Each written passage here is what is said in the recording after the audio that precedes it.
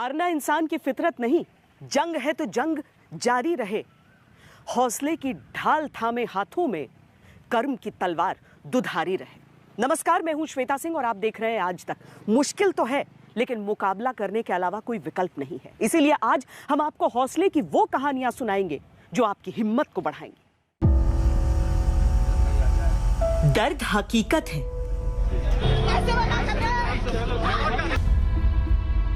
मातम सच है, लाचारी को कौन झुठलाए, लेकिन जिंदगी की जंग का ये अर्ध सत्य है। इन्हीं बेबसियों, सिसकियों और पीड़ाओं के अंधेरों के बीच कुछ चिराग संक्रमण के तूफानों के खिलाफ खड़े हैं। महामारी की क्रूरता उनके हौसलों के आगे पस्त है। उनकी जीत हमसे बार बार कह रही है, थोड़ी सी हिम्मत और, थोड़ा सा हौसला और। संक्रमण की लड़ाई का यही पूर्ण सत्य है। हमें जीतना ही होगा, क्योंकि हमारी जीत पर किसी ने अपना सब कुछ हार रखा है। और वो लोग हमारी विजयी मुस्कुराहट को देखने के लिए मास्क के अंदर, पीपी किट्स के पीछे अपने आंसुओं को छुपाए रहते हैं। उन्होंने अपने दर्द को हमारी खुशियों के लिए कुर्बान किया है। हमें जीतना ही होगा, हम हार नहीं सकते। मेरी मदर को 7 तारीख को कोरोना पॉजिटिव था। वो एसएजी हॉस्पिटल में उसको एडमिट किया था। रात को 12 बजे उसका क्रिटिकल कंडीशन हो गई थी और सुबह 3:30 बजे उसकी डेथ हो गई।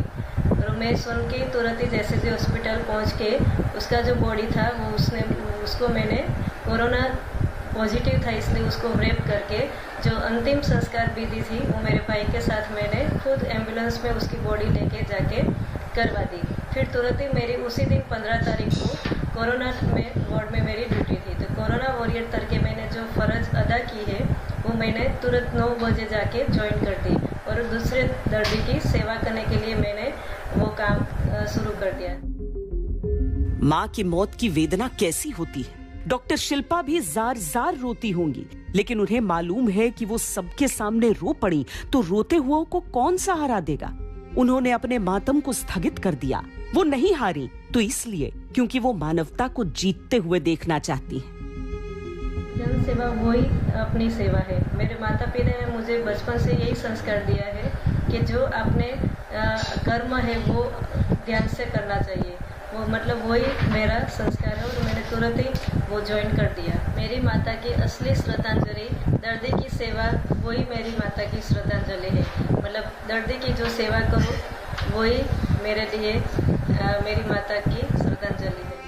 संक्रमण से लड़ाई में हमारी हिस्सेदारी अब समय की मांग है। युद्ध अभी जारी है, वज्र बनना होगा। वो सारी सीख इकट्ठी करनी होंगी जो हमें सिखाती थी कि नर हो न निराश करो मन को। वो सारी बातें याद करनी होंगी जब कहा गया था हमसे कि तू न थकेगा कभी, तू न रुकेगा कभी। तू न थकेगा कभी, तू न मुड़ेगा कभी, तू न झुकेगा कभी। कर शपथ, कर शपथ, कर शपथ। अग्निपथ, अग्निपथ, अग्निपथ। समय की ये बस थोड़ी सी दुश्वारी है, लेकिन हमने भी कहाँ हिम्मत हारी है। हमारे देश के डॉक्टर 1 साल से अधिक समय बीतने के बाद भी आज भी तैनात हैं, अपनी ड्यूटी कर रहे हैं। हाँ, कई दुश्वारियों का सामना उन्हें करना पड़ रहा है। कई अपने साथ छोड़े जा रहे हैं, लेकिन वो अस्पतालों में अपनी ड्यूटी निभा रहे हैं। कोई अपना कोरोना से पीड़ित है, लेकिन उसका ख्याल रखने की जगह वो अस्पताल में अपना फर्ज निभा रहे हैं। जिंदगी की जंग में जीत का भरोसा ये तस्वीरें। गालियां खाई, पत्थर खाए, लाठियां खाई, खून बहाया, लेकिन जब ये विजय पथ से जरा नहीं डिगे तो हम कैसे पीछे हट जाएं? क्या हम ये भूल जाएं कि हमने अब तक मास्क पहनने के सलीकों को सम्मान देना तक नहीं सीखा? और ये पीपी किट में कैद 24-24 घंटे हमें ही बचाने के लिए खड़े रहते हैं। इनमें से कितनों ने कितने दिन से अपना घर नहीं देखा, बच्चों को गोद में नहीं उठाया, आखिरी सांस बचाने के लिए आखिरी सांस तक कोशिशें की, और इनमें से न जाने कितने अंतिम विदा ले गए। लेकिन क्या जिंदगी को बचाने की कोशिशें रुकी? नहीं। तो हम कैसे रुक सकते हैं? बस इतना ध्यान रहे कि डट कर करना है मुकाबला, क्योंकि हमारी जिंदगी के लिए कुछ लोगों ने अपने दर्द को सीने में गहरे दबा लिया है। मेरी माँ का देहांत हो गया था, तो वहाँ पे भी मैं कंटिन्यूसली यहाँ का जो काम देखते हुए वो भी काम कर रहा था। तो मेरे फैमिली ने मुझे पूरा सपोर्ट दिया है कि अपनी माता जी के देहांत के बाद अभी अपना जो सबसे इम्पोर्टेंट सेवा, डॉक्टर की सेवा धर्म है कि मरीजों की सेवा करना, उसके लिए मैं यहाँ पे ड्यूटी ज्वाइन कर लिया है। सोचिए, वो माँ कैसी थी जिसे अंतिम समय में डॉक्टर बेटे के स्पर्श का मोह नहीं था। पीड़ा थी तो हमारे उन अपनों के लिए जो अस्पतालों में सांसों का संघर्ष कर रहे थे। सोचिए, ये कैसा डॉक्टर बेटा है जिसे माँ की बात का इतना मान था कि माँ चली गई, बेटा चिता को अग्नि देकर वापस अस्पताल लौटा। वहाँ पे फैमिली जो भी रिचुअल्स है वहाँ पे मेरे भाई और पेरेंट्स कर रहे हैं और मैं यहाँ पे लोगों की सेवा कर रहा हूँ। यहाँ की team, doctor Vinod Rao sir और पूरी टीम ने मुझे बहुत अच्छा सपोर्ट किया है। वडोदरा गुजरात के doctor Parmar Covid management team के अधिकारी भी हैं, डेड बॉडीज डिस्पोजल टीम के मेंबर भी हैं। आंखें गीली तो होती होंगी, लेकिन जब वो किसी एक की भी जान बचा पाते होंगे तो वो माँ के लिए श्रद्धा सुमन जैसा होता होगा। ठीक है कि दर्द ने होठों की मुस्कानों को अभी छीन लिया है, लेकिन यही तो वो समय भी है जब खुद को ये समझाना है कि हमें लड़ते रहना है तब तक जब तक हम जीत नहीं जाते, क्योंकि कईयों ने हमारे बेहतर कल के लिए अपना आज कुर्बान किया हुआ है। कईयों ने हमारी खुशियों के लिए खुद को मानवता की मशीन बना दिया है। कोरोना कब हुआ था, एक बार खाली जानना चाहिए। मुझे कोरोना हुआ था जुलाई महीने के अंत में 2020 में। पिछले पहली बार आपने कब दिया था प्लाज्मा? पहली बार मैंने नवंबर महीना में प्लाज्मा दिया था। और उससे लगातार ये 7वीं बार आप कंटिन्यू दे रहे हो? जी जी, वो कंटिन्यू दे रहा हूँ। और मैं जनवरी महीना में लास्ट दिया था। उसके बाद जब कोरोना का कम हो गया था और प्लाज्मा की उतनी ज़रूरत नहीं थी तो मैंने वो जो चेकअप है वो मैंने बंद कर दिया। और जब मैंने देखा कि मार्च महीना से फिर शुरू हो गया कोरोना का जो प्रकोप है तो मैंने अपनी एंटीबॉडीज टेस्ट कराए थे, ये सोच करके शायद मेरे शरीर में और एंटीबॉडीज नहीं है, लेकिन जो रिपोर्ट आया वो कहता है कि मेरे एडिक्वेट एंटीबॉडीज है और मैं प्लाज्मा डोनेशन करने के लायक हूँ। बाकी सब टेस्ट और जांच क्लियर करने के बाद आज मैं 7वां बार। जिस दौर में कोविड से ठीक हुए तमाम लोगों ने प्लाज्मा डोनेट की पुकारों को अनसुना किया, डॉक्टर हलीम 7वीं बार प्लाज्मा डोनेट कर चुके हैं ताकि कोई तो जिंदगी बच सके।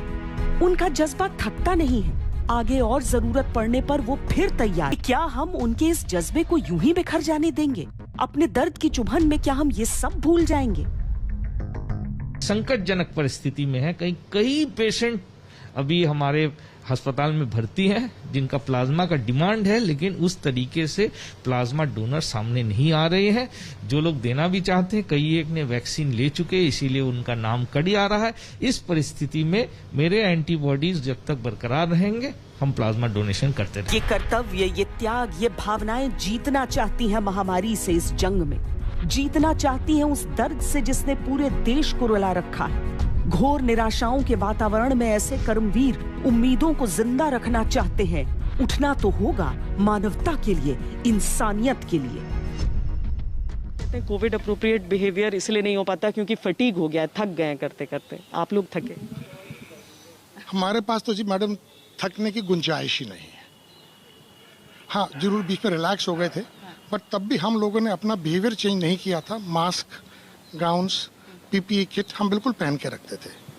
और जब और अब बढ़ गया है केसेस तो हमारे लिए और ज़्यादा ज़रूरी होगी हम इसको करें। और अगर हम थक जाएंगे तो इन पेशेंट को देखेगा कौन? आपकी वाइफ कोविड पॉजिटिव है, अभी हॉस्पिटल में एडमिट है, आप कैसे मैनेज कर रहे हैं? आप कितनी ड्यूटी कर रहे हैं? मेरी वाइफ को कोविड पॉजिटिव 4-5 दिन पहले हुआ था। She is hospitalised, luckily she is become stable now. आज सुबह मुझे शक पड़ा कि मेरी मदर को भी हो गया है, तो उनके मैंने अभी सैंपल्स लिए हैं और रिपोर्ट कल तक आएगी। बट ऑप्शन क्या है मेरे पास? अगर मैं हॉस्पिटल में आके काम नहीं करूँगा तो ये सब कुछ कौन संभालेगा? तो डॉक्टर शिल्पा जो हमारे डीएमएस हैं, वो और मैं दोनों मिलके हम यहाँ पे काम संभालते हैं। हमें ही जीतना एक दिन, जरा संशय न तुम जानो। अभी हम जय नहीं माने, पराजय तुम नहीं मानो। अब हम आपको दंतेवाड़ा की एक ऐसी महिला डीएसपी की कहानी सुनाते हैं जो गर्भवती होने के बावजूद कोरोना के इस संकट काल में अपनी ड्यूटी निभा। कोरोना के नियम ठीक से निभ जाए, लापरवाही किसी की जिंदगी न छीन ले, संक्रमण के खिलाफ लड़ाई में एक भी मोर्चा कमजोर न रह जाए। जब ऐसे ख्याल बार बार मन को कचोटते हैं तो ऐसी ही तस्वीरें निकलती हैं। मातृत्व धारण का 5वां महीना और आराम करने की सारी सलाहें, सारे विकल्प, ड्यूटी छोड़कर घर में चैन से बिताने के लिए, लेकिन कर्तव्य का मान इतना बड़ा है कि चिलचिलाती गर्मी और उमस में सड़कों पर घूमने को चुना, ड्यूटी को चुना, सेवा को चुना। लॉकडाउन है, ऐसे घूम रहा, मास्क लगाने से थोड़ी कुछ होगा, अंदर से तो लगाओगे ना। चलो साइड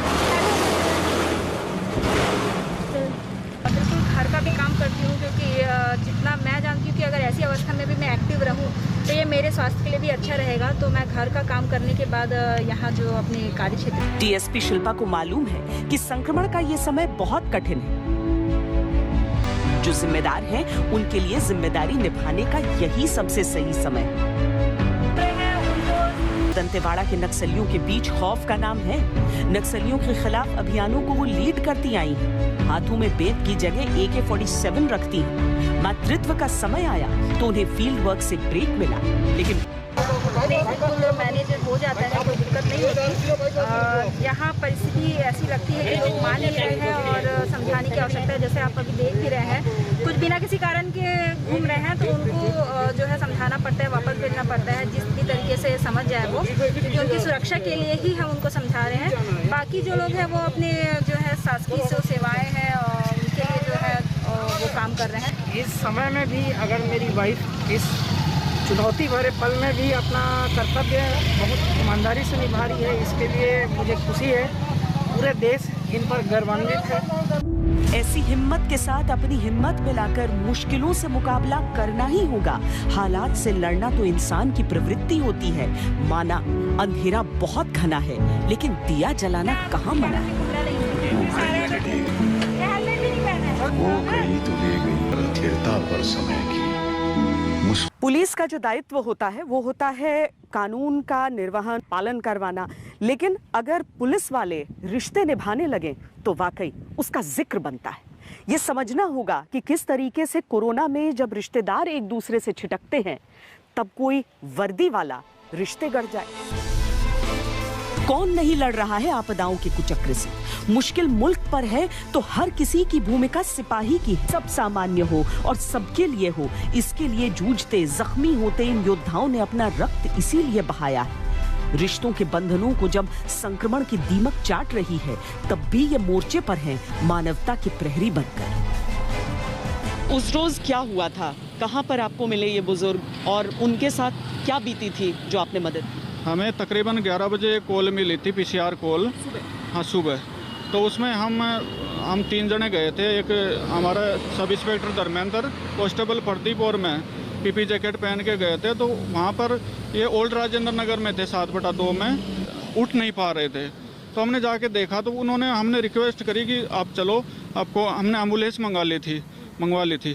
तो उस टाइम हमने देखा कि वो उठने के लिए बोला तो वो कह रहा हम जा नहीं पाएंगे क्योंकि 3rd फ्लोर पे रहते ना ऊपर। तो हमने उन्हें बोला कि हम आपको साथ ले चलेंगे, हम सारा दे देंगे। तो उन्हें एक बार तो मना कर दिया। फिर हम नीचे आ गए। फिर हम दोबारा उन्होंने मनाने के लिए कोशिश करी। हम कहा आपको एडमिट नहीं कराएंगे, दवाई दिलाएंगे केवल। तो ऐसे वो चलने को फिर तैयार हो गए। तो हमने काफ़ी देर तक उनकी MLC बनवाई और फिर कहा जी इनके साथ कोई नहीं है, कौन इसका वो कराएगा।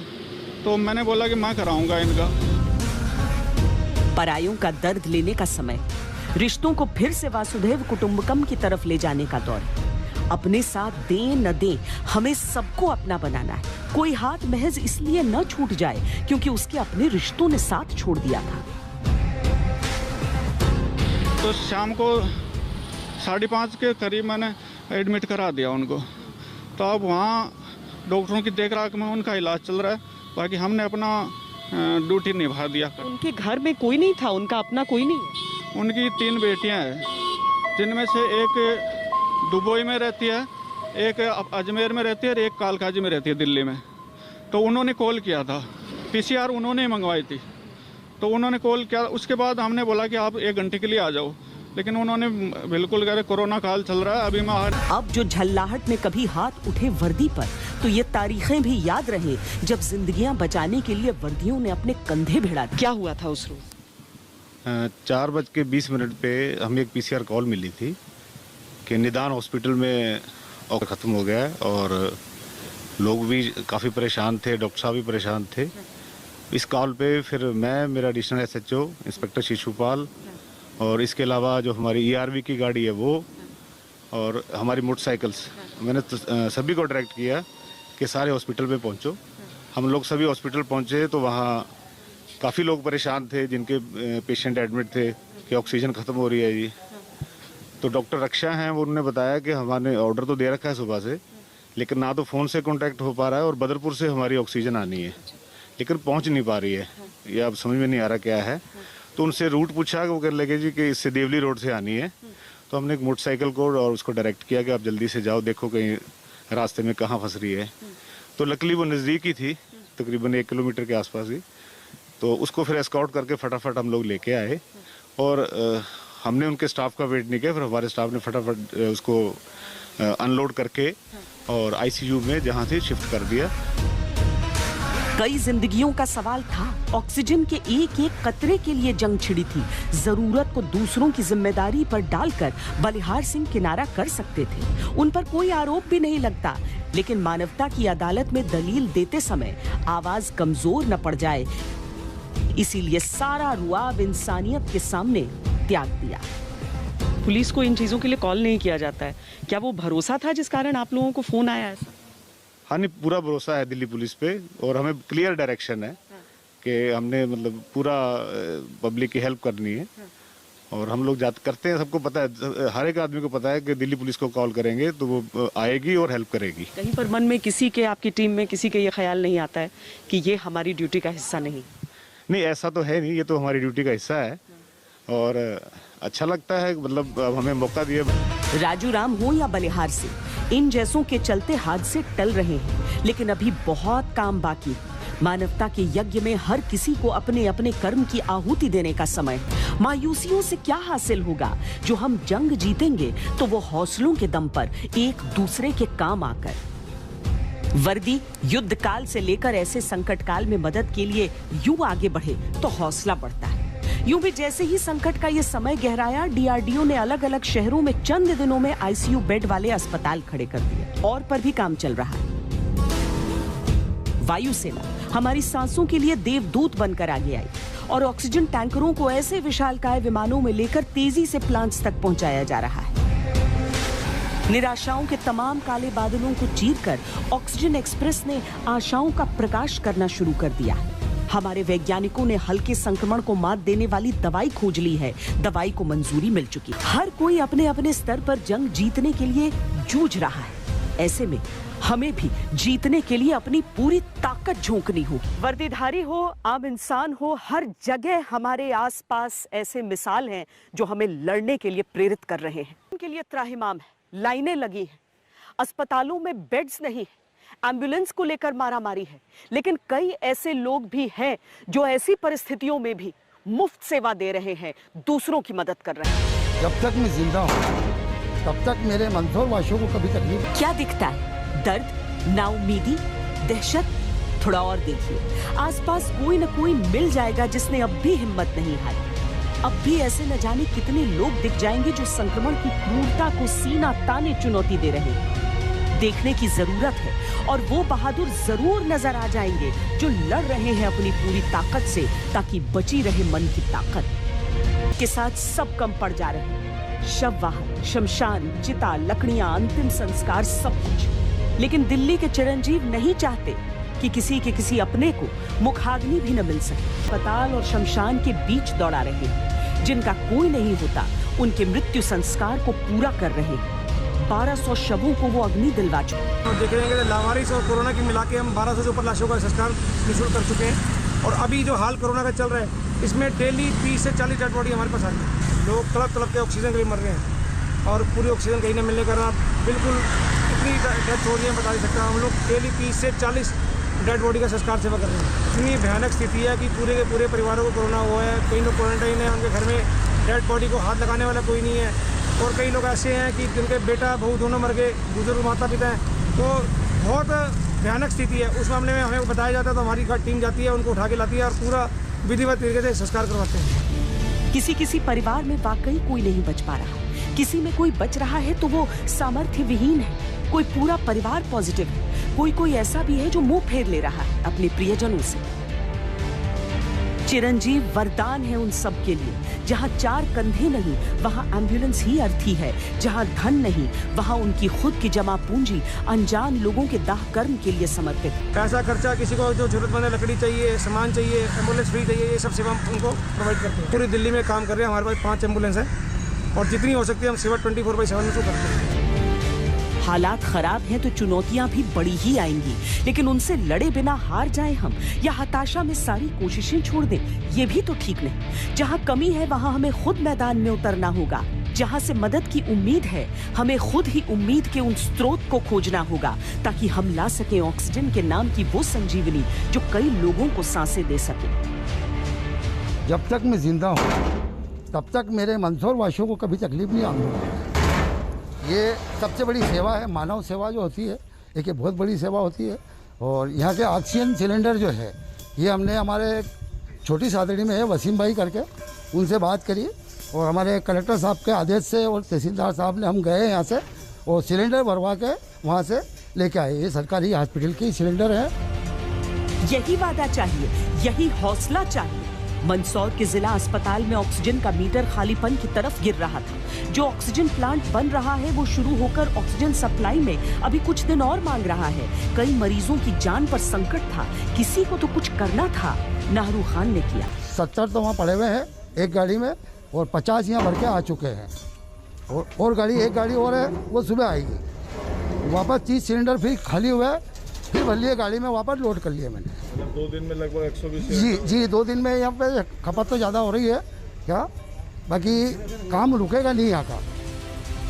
नाहरू खान ने मंदसौर से राजस्थान तक के बीच का रास्ता तय किया, अपने सारे संसाधन झोंक दिए। जो अस्पताल चिंताग्रस्त था अब वहाँ के लोगों के चेहरे पर मुस्कान। इरादे मजबूत हों तो क्या नहीं हो सकता। कौन सी जंग नहीं जीती जा सकती, कौन सा लक्ष्य नहीं पाया जा सकता।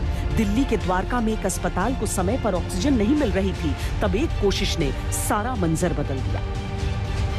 इसी के चलते हमने एक टीम बनाई और द्वारका साउथ थाने की, और वो फरीदाबाद तक जो है इनकी जो ऑक्सीजन सप्लाई, ऑक्सीजन को ट्रांसपोर्टेशन में जो कंटेनर था उसको उन्होंने एस्कॉर्ट किया। इंस्पेक्टर बलबीर ने उसको पूरा कोऑर्डिनेट किया और हेड कांस्टेबल राजेंद्र, नवनीत और कांस्टेबल तरुण की जो टीम है वो फरीदाबाद गई इनके साथ में, और वहाँ पर जो ऑक्सीजन सप्लायर है वहाँ से ऑक्सीजन कलेक्ट करके और पेशेंट और मणिपाल हॉस्पिटल में डिलीवरी इंश्योर करी। और जो पेशेंट्स क्रिटिकल कंडीशन में थे उनको दिल्ली के बीच बाकायदा एक कॉरिडोर बनाकर समय रहते ऑक्सीजन पहुंचाई गई। क्या इस दौर की भयावहता के बीच हम ये भूल जाएं कि बस एक कोशिश न जाने कितनों की जान बचा सकती है। समय सोचने का नहीं, जो मिला है अब तक तरह लौटाने का, आंसू पोंछकर हालात से भिड़ जाने का। कोरोना का आफतकाल ऐसा है कि मृत्यु के बाद भी लोगों को शांति नहीं मिल रही है, लेकिन कई ऐसे लोग हैं जो ऐसी परिस्थितियों में भी मसीहा बनकर सामने आ रहे हैं। जो हाथ मदद के लिए उठते हैं वो परवाह नहीं करते किसी बात की, बस जुट जाते हैं इंसानियत में। जहां लगता है कि एक हाथ कम है वहां अपना हाथ बढ़ाते हैं। जहां लगता है कि एक कंधा कम पड़ रहा है वहां अपना कंधा लगा देते हैं। कोरोना दौर की ये तस्वीर हमेशा याद रखी जाएगी, जब औरंगाबाद में एक परिवार में जवान बेटे की मौत के बाद कंधों की कमी को महसूस नहीं होने दिया गया। सब लकीरें मिट गई। औरंगाबाद के जिस मोहल्ले से ये तस्वीरें आई हैं, वहाँ मौत के गम से ज्यादा चर्चा इंसानियत की है। जिस परिवार में मृत्यु हुई उनके सगे संबंधियों के सामने समस्या थी शमशान तक मृतदेह को ले जाने के लिए 4 कंधे थे। कुछ कोरोना का खौफ और कुछ प्रशासन की कड़ाई के नियम। जो अपने थे, खून के रिश्ते थे जिनसे, उनमें से अधिकतर अंतिम सफर में शामिल नहीं हो पा रहे थे। पड़ोसियों ने वो जिम्मेदारी अपने कंधों पर उठाई। भी ये कोरोना काल भी चालू है, लॉकडाउन भी चालू है। इस ताल्लुक से जो है उनके समाज के जो भी उनके भाई बंधु भी है, हम लोग भी है, और आज इस दौर में भी जो है मतलब हम एक आपके चैनल के माध्यम से एक संदेश देना चाहते हैं कि चाहे कोई कितनी भी राजनीति करे, हम यहाँ पे हिंदू मुस्लिम हम ऐसा कुछ देखते नहीं। हम सब यहाँ पे भाई भाई आपस में एक साथ रहते हैं। हमारे सुख दुख में जो है हम एक साथ उठते बैठते हैं।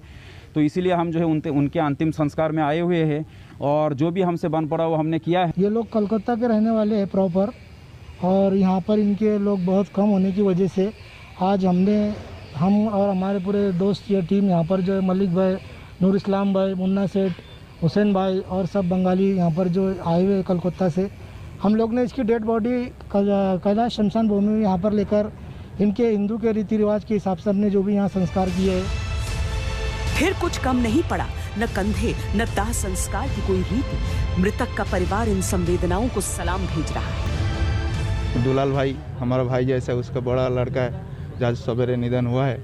तो हमारा सब यहाँ पे जो भी है हिंदू मुस्लिम हम एक साथ में जो भी कार्यक्रम होता है सब एक साथ में हम लोग बनाते हैं। तो ऐसा कुछ मसला नहीं है। हमारा भेदभाव का, जाति भेदभाव का हमारा कोई इशू नहीं है। हमारा इसमें जो भी हमारा बंगाली लोग है सब एक साथ में हम लोग सब जो भी कार्यक्रम है सब ये लोग भी हेल्प करते हैं। इनका काम में हम लोग भी हेल्प करते हैं, हमारा काम में ये लोग भी हेल्प। अगर सब डर जाएंगे तो इंसानियत के रिश्ते कैसे मुसीबत में साथ देने के वादे काम आएंगे। ताकतों को इकट्ठा करने की जरूरत है। जो दर्दमंद है उनका हमदर्द बनने की जरूरत। कोरोना के समय में एक तो जान बचाना जरूरी है, दूसरा आजीविका का भी संकट है। लेकिन कई ऐसे लोग हैं जो उस बाबत भी अपना हाथ आगे बढ़ा रहे हैं। कोरोना की पहली लहर का सबसे क्रूर प्रहार आजीविका पर हुआ था। मजदूर घरों को लौटने को मजबूर थे, लेकिन घर पर भी काम कहाँ था।